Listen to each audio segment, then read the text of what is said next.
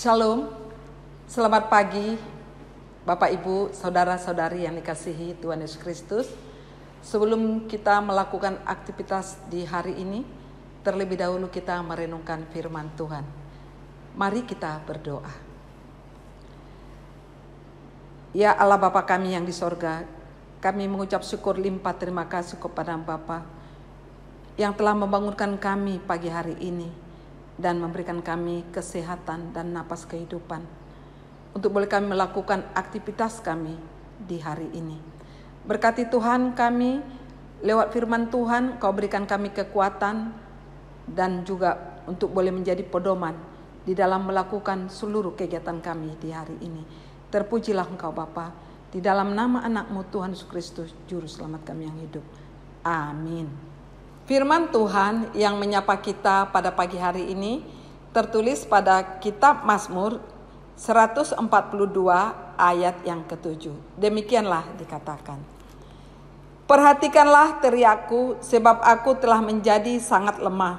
Lepaskanlah aku daripada orang-orang yang mengejar aku sebab mereka terlalu kuat bagiku. Demikianlah firman Tuhan.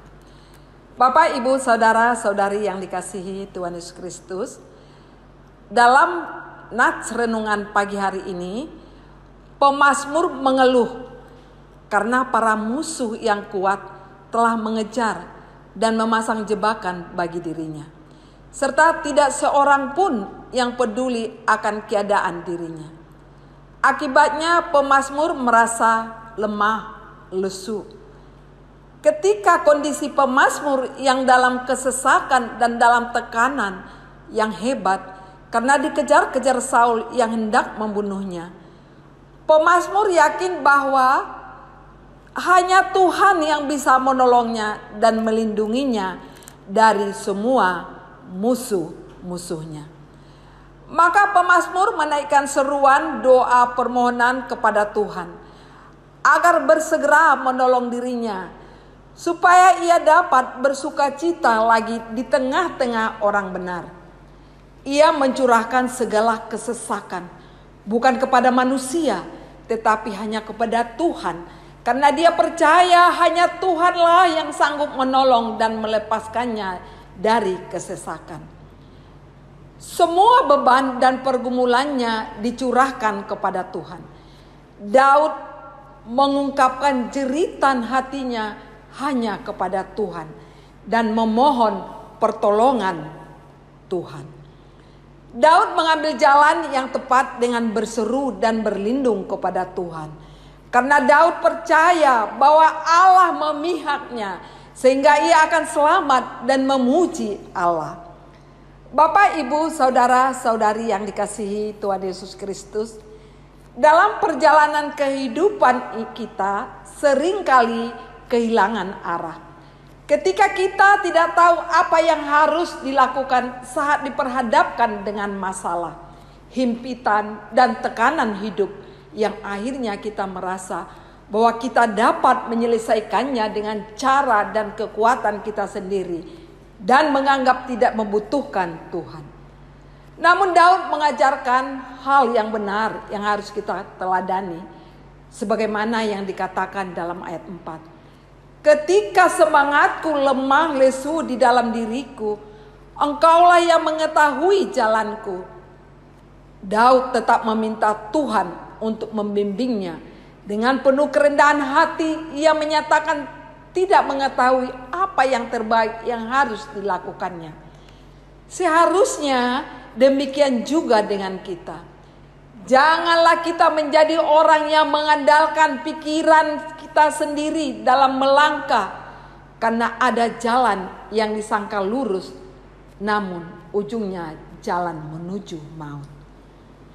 Bapak, Ibu, Saudara-saudari yang dikasihi Tuhan Yesus Kristus, mari kita belajar dari Daud untuk senantiasa menyerahkan segala sesuatu kepada Allah dan percaya bahwa Allah adalah pribadi yang maha tahu, karena hanya Dialah gunung batuku dan keselamatanku, kota bentengku, aku tidak akan goyah.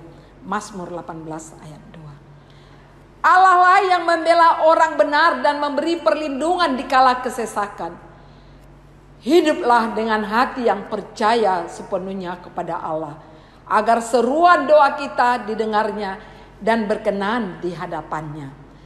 Kepadanya lah kita menyerahkan pergumulan kita dan berlindung dari segala jerat musuh, supaya pada akhirnya kita melihat pembebasan darinya, dan mulut kita kembali memuji nama Tuhan Sang Juru Selamat. Oleh karena itu, marilah kita berseru kepada Tuhan. Sekalipun sudah tersesak, hendaklah percaya pada Tuhan. Ia akan memberi perlindungan dan jalan keluar yang terbaik. Karena Dia adalah tempat perlindunganku, sepahit apapun jalan yang harus kita lalui. Sebagaimana Daud tetap menjadikan Allah sebagai andalannya. Daud tidak mengharapkan apapun yang lain. Ia hanya tahu bahwa ia punya Tuhan yang tidak dapat layu dan tidak dapat binasa, yang lebih berharga dibandingkan dengan emas dan permata sekalipun. Demikian jugalah dengan kita orang percaya yang harus meyakini bahwa Tuhan tidak berubah dalam mengasihi dan melindungi umatnya dari upaya musuh yang ingin menghancurkan hidup dan iman kita. Sekalipun kita merasa sendiri, ingat ada Tuhan yang berdaulat dan peduli menyelamatkan kita. Amin. Mari kita berdoa. Ya Tuhan, terima kasih atas firman-Mu yang terus mengingatkan kami bahwa hanya Engkau yang dapat melindungi dan membebaskan kami dari musuh-musuh kami dan memberikan kami kekuatan dalam kondisi apapun, sehingga nama-Mu senantiasa dimasmurkan. Di dalam nama anak-Mu Tuhan Yesus Kristus, Juru Selamat kami yang hidup. Amin.